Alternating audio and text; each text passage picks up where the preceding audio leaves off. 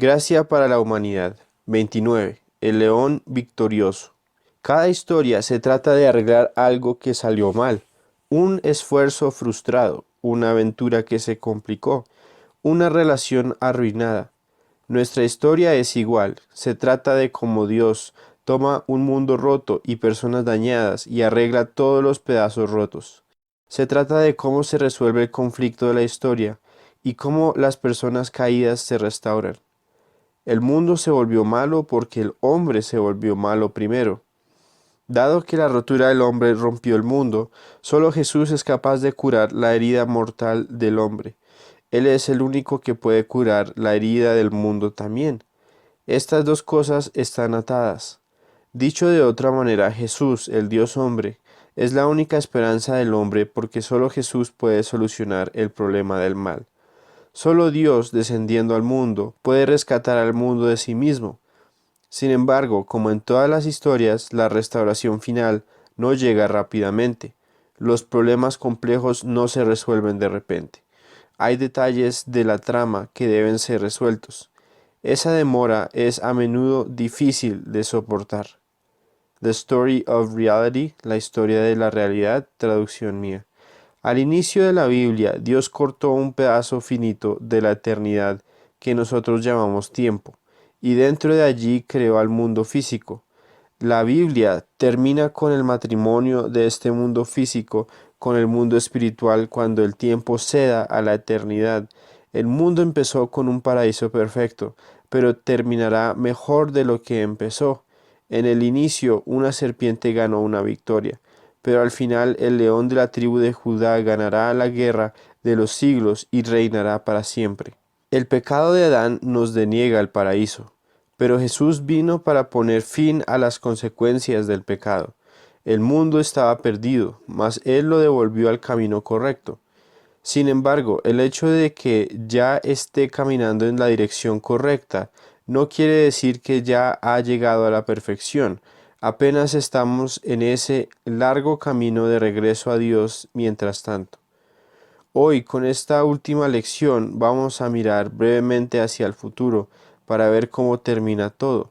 No podemos estudiar todo lo que va a pasar con mucho detalle, pero este panorama les ayudará a entender lo básico para poder comprender mejor cuando se escuche o lee acerca de los tiempos del fin. Gimiendo, Romanos 8, 20 al 23. Los creyentes redimidos en Cristo están bajo construcción, puesto que todavía no son perfectos, pero algún día llegarán a serlo, al igual que toda la creación terrenal. Mas en tanto este día llega, los creyentes, juntos con la naturaleza entera, gimen a una, esperando y deseando aquel día. ¿De qué se trata el versículo 23 cuando habla de la redención de nuestro cuerpo? Todavía vivimos en cuerpos caídos y ofendemos a Dios, y estos cuerpos van a morir. Ezequiel 18, 4b. Todavía vivimos en un mundo caído que va caminando hacia la destrucción, segunda de Pedro 3:10. Pero los redimidos o comprados de nuevo reciben una relación maravillosa con Dios y Él les da el Espíritu Santo para que moren cada uno mientras viva aquí en la tierra. Sin embargo, la redención va mucho más allá, pero los redimidos tienen que esperar un poco más de tiempo para alcanzar la plenitud de los beneficios. ¿Y exactamente cuáles son esos beneficios? 1. El cielo será su hogar eterno. 2. Recibirán un cuerpo eterno y perfecto, sin pecado y glorificado. 3. Estarán con Dios para siempre. Eso describe lo que reciben los redimidos, pero ¿qué recibirá Dios? Dios nos recibe a nosotros, recibe lo que compró. ¿Por qué tienen que quedarse aquí esperando ir al cielo? ¿Por qué Dios no les lleva de inmediato cuando creen, para estar con Él? Todavía Dios tiene planes con nosotros, nos compró para que cumpliéramos esos planes. De todos modos, cuando quieran creer sabiendo que en el momento de depositar su fe en Cristo terminarían o muertos o desaparecidos. ¿Y quién quedaría para contar el mensaje a otros? Mientras tanto, los redimidos gimen, esperando aquel cuerpo perfecto, aquella ciudad celestial y el poder estar en la misma presencia de Dios. La meta de Dios, restaurar todo en Él, y por medio de Él reconciliar todas las cosas consigo, habiendo hecho la paz por medio de la sangre de su cruz, por medio de Él, repito, ya sean las que están en la tierra o las que están en los cielos. Y aunque ustedes antes estaban alejados y eran de ánimo hostil, ocupados en malas obras, sin embargo, ahora Dios los ha reconciliado en Cristo, en su cuerpo de carne, mediante su muerte, a fin de presentarlos santos, sin mancha e irreprensibles delante de Él. Colosenses 1, 20 al 22. En Él tenemos redención mediante su sangre, el perdón de nuestros pecados según las riquezas de su gracia, que ha hecho abundar para con nosotros. En toda sabiduría y discernimiento nos dio a conocer el misterio de su voluntad, según la buena intención que se propuso en Cristo, con miras a una buena administración en el cumplimiento de los tiempos, es decir, de reunir todas las cosas en Cristo, tanto las que están en los cielos como las que están en la tierra. Efesios 1, 7 al 10. Por medio de redimir al hombre, Cristo logrará volver a que todo esté de nuevo bajo su dominio. Por medio de redimir al hombre, Cristo logrará arreglar todo, para que todo esté de nuevo bajo su dominio. Ha tenido tal meta desde el pecado del paraíso de Edén, y su plan va más allá que solamente la salvación de los hombres.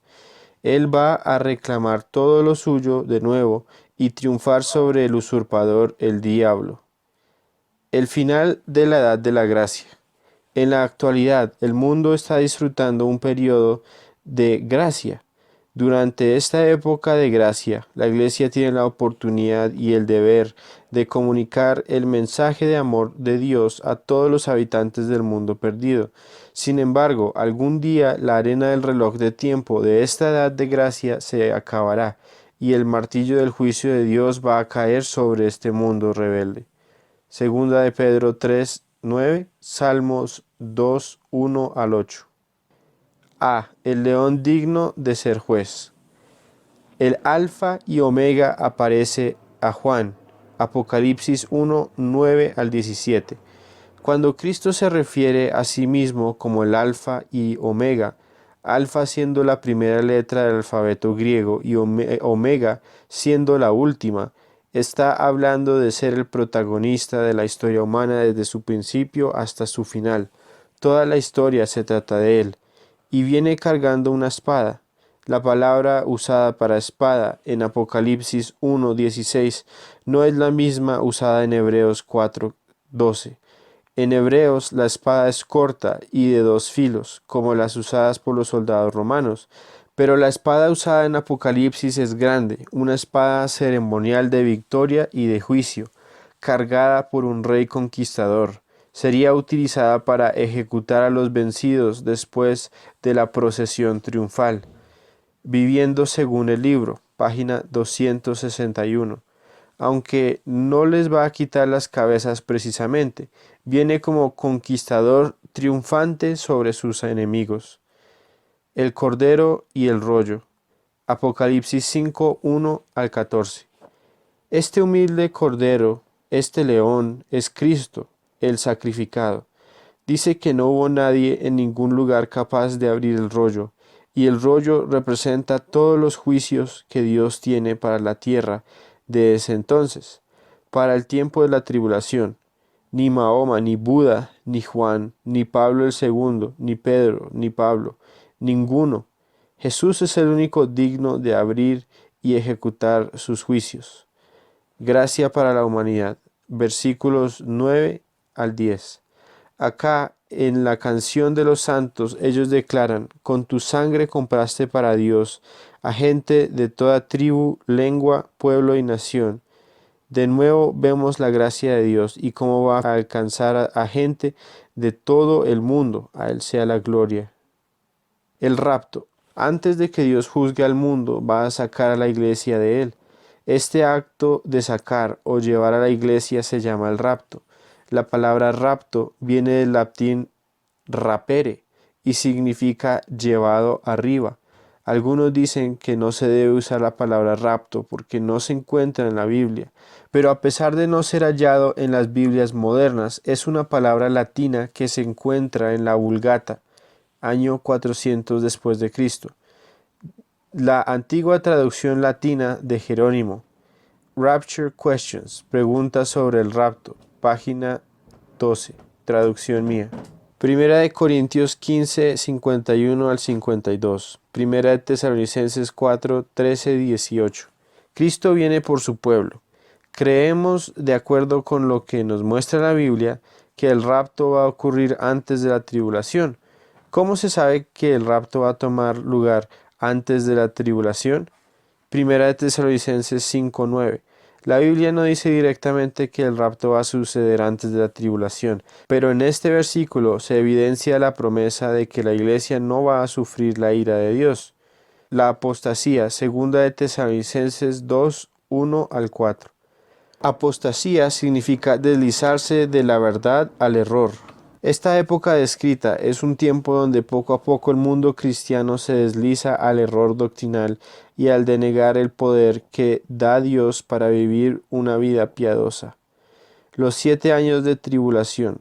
Durante esta época actual de gracia, el pecado es tolerado, pues Dios ha sido muy paciente en retener el juicio merecido de la tierra.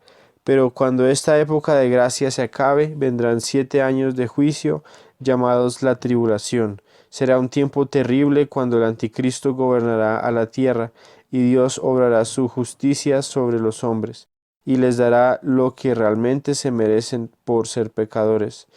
Él es santo y puede tolerar el pecado solo por un tiempo. Mateo 24, 21. La tribulación será 7 años de gran ira de parte de Dios y de maldad de parte del hombre, y sería imposible para cualquier persona viviendo en la tierra escapar de sus efectos. Así que Dios nos va a sacar de la tierra antes de castigar al mundo. Además, la Biblia sí describe ciertos eventos que van a suceder antes del rapto, como la apostasía, que no incluyen las manifestaciones de la ira de Dios, como las que se encuentran en el libro de Apocalipsis. De esta manera se puede concluir que el rapto precede la tribulación. ¿Cómo se sabe que la tribulación va a durar 7 años?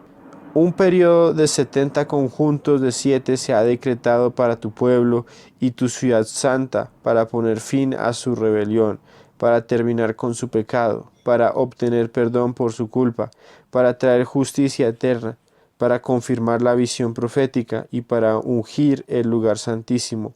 Ahora escucha y entiende. Pasarán 7 conjuntos de 7 más 62 conjuntos de 7 desde el momento en que se dé la orden de reconstruir Israel hasta que venga un gobernante, el ungido. Jerusalén será reconstruida con calles y fuertes defensas a pesar de los tiempos peligrosos.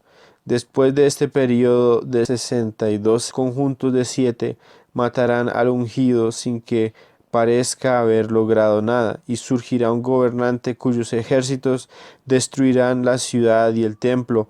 El fin llegará con una inundación, guerra y la miseria que acarrea. Está decretado desde ese momento hasta el fin. El gobernante firmará un tratado con el pueblo por un periodo de un conjunto de 7, pero al cumplirse la mitad de ese tiempo, pondrá fin a los sacrificios y a las ofrendas. Como punto culminante de todos sus terribles actos, colocará un objeto sacrílego que causa profanación hasta que el destino decretado para este profanador finalmente caiga sobre él. Daniel 9, 24 al 27. Esta pregunta es un poco difícil de responder porque la respuesta se encuentra en un pasaje complicado. Para entenderlo toca averiguar qué significa la palabra semanas en este contexto.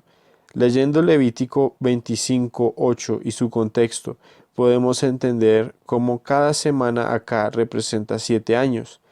El versículo 27 habla del príncipe que vendrá, quien por otra semana confirmará el pacto con muchos. Este príncipe es el anticristo, y la semana mencionada se trata de 7 años, los 7 años de la tribulación. El anticristo. El personaje del anticristo es como dice su nombre, es un enemigo completamente en contra de Cristo y su pueblo. Va a tomar poder político sobre los reinos de la tierra y va a usar su poder para hacer guerra contra Israel y los que llegarán a creer en Cristo durante esa época. En Daniel 9 se refiere como un príncipe y en 2 de Tesalonicenses como el hombre de pecado e hijo de perdición, pero en Apocalipsis es visto como un vencedor y como una bestia. 2 de Tesalonicenses 2, 3 al 6, Apocalipsis 6, 2, Apocalipsis 13, 2 al 4, Apocalipsis 13, 17. La primera y segunda venida de Cristo en la profecía, Daniel 9, 26. De acuerdo con el calendario gregoriano de 365 días por año, hay solamente 476 años desde el 4 de marzo, primero de Nisan del año 444 a.C., cuando Artajerjes autorizó a Nehemías para reconstruir a Jerusalén, y el 29 de marzo del 33 después de Cristo, cuando el Señor Jesús llegó a Jerusalén cabalgando encima de un asno. En el calendario judío de 360 días por año habían 483 años entre las mismas fechas. Calculando la diferencia entre los dos calendarios, se concluye que los 483 años proféticos, de acuerdo con el calendario judío, son iguales a 476 años gregorianos entre el 4 de marzo de 444 a.C. y el 29 de marzo del año 33 después de Cristo. Versículo 26. Después de las 62 semanas el Mesías será muerto. Al terminar la segunda división de las 70 semanas, ya se habrán cumplido un total de 69 unidades de 7 años. 7 unidades de 7 años, 49 años, más 62 unidades de 7 años, 434 años. Equivalen a 69 unidades de 7 años, es decir, 483 años. No nos dice en el versículo, durante la semana 70 el Mesías será muerto, sino después de las 62 semanas. La razón es que la semana 70 no sigue inmediatamente después de la semana 69. Los profetas del Antiguo Testamento no vieron el tiempo de la iglesia y no vieron la división entre la primera y la segunda venida de Cristo. Un ejemplo claro de eso se encuentra en Isaías 61, 1 al 2. Cuando el Señor leyó este pasaje en Lucas 4, 18 al 19, no terminó de leer la cita completa de Isaías. Él mismo dio la razón cuando dijo: «Hoy se ha cumplido esta escritura delante de vosotros», las palabras de Isaías que dicen: «Y el día de la venganza del Dios nuestro», se refieren a la segunda venida. La semana 70 no se ha cumplido todavía. En su crucifixión, las únicas cosas que Cristo tenía eran nuestros pecados y la ira de Dios por el pecado. Lo acusaron de ser el rey de los judíos, aunque como el Mesías es el rey de reyes y señor de señores, pero no tenía ese honor, ni tampoco tenía el reino que pertenece al Mesías. Estos honores los recibiría después de la semana 70, cuando venga en gloria para establecer su reino. David Brown, de sus notas sobre Daniel 9:26. El tribunal de Cristo y las bodas del Cordero. Mientras tanto, la iglesia, después de ser arrebatada al cielo, estará en la presencia del Señor Jesús recibiendo los galardones de Él y participando en las bodas del Cordero. Segunda de Corintios 5:10, Romanos 14:10, Primera de Corintios 3:12 al 15, Apocalipsis 19:6-8. La segunda venida de Cristo. como fue profetizado en el Antiguo Testamento, segunda de Samuel 7, 12 al 16. Jesús volverá de nuevo para tomar el lugar que le corresponde por derecho sobre el trono de David, derrotando al anticristo y sus fuerzas armadas. Jesús volverá a Jerusalén y después de la batalla de Armagedón reinará sobre la tierra por 1000 años. Zacarías 14, 4 al 9, Apocalipsis 19, 11 al 14. Volveremos con él para reinar con él. Apocalipsis 5, 10. La batalla de Armagedón. Entonces, después de los 7 años de tribulación, Jesús volverá a la tierra y establecerá su reino. Él es el heredero al trono de David y va a derrotar al anticristo y a sus fuerzas armadas primero, para luego establecerse como rey sobre toda la tierra. Apocalipsis 14, 1 al 5, Apocalipsis 6, 14 al 16, Apocalipsis 19, 11 al 21. B. El león digno de reinar. Hemos visto a Cristo como el libertador y Mesías, el Cordero, la luz, el Verbo, Alfa y Omega, el camino, la verdad y la vida. Él es todo eso y más. Pero todo se hizo a través de la historia para llegar al final como el león, el rey de todo, el único digno de tomar poder sobre la tierra. Ya lo hemos visto juzgando y liberando, conquistando el reino de los hombres para convertirlo en el reino de Dios. Ahora vamos a estudiar sobre su reinado. El abismo milenial, Apocalipsis 20, 1 al 4. Cuando Jesús regrese, va a atar a Satanás en un abismo durante los 1000 años de su reinado.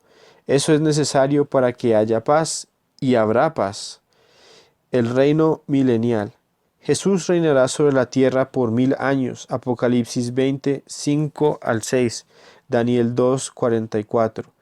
Reinará como rey de la tierra desde Jerusalén sentado en el trono de David, cumpliendo las promesas dadas a David. Lucas 1, 30 al 33.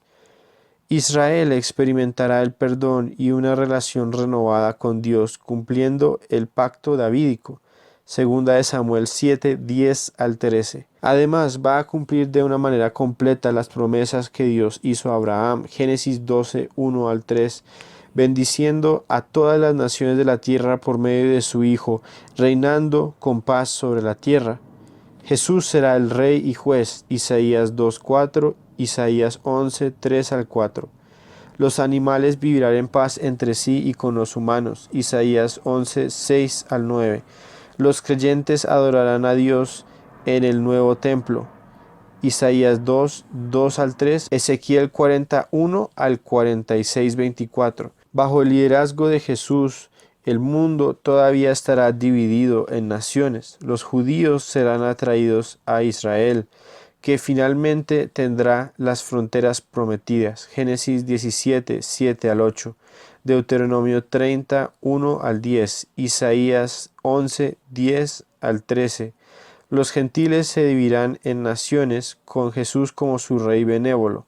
Salmo 2, 8. Isaías 42, 1. Daniel 7, 14. Daniel 7, 27. Todos vivirán en paz. Isaías 2, 4.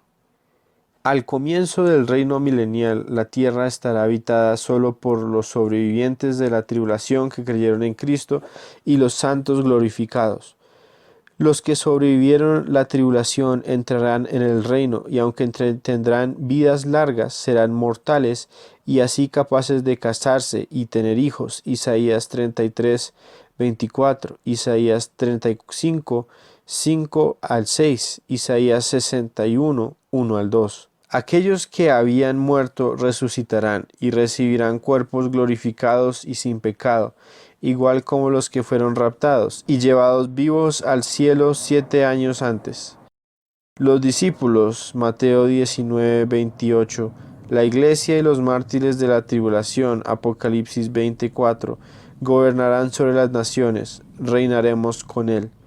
Los creyentes son un reino de sacerdotes, Apocalipsis 1.6, Apocalipsis 5.10, Primera de Pedro 2.9.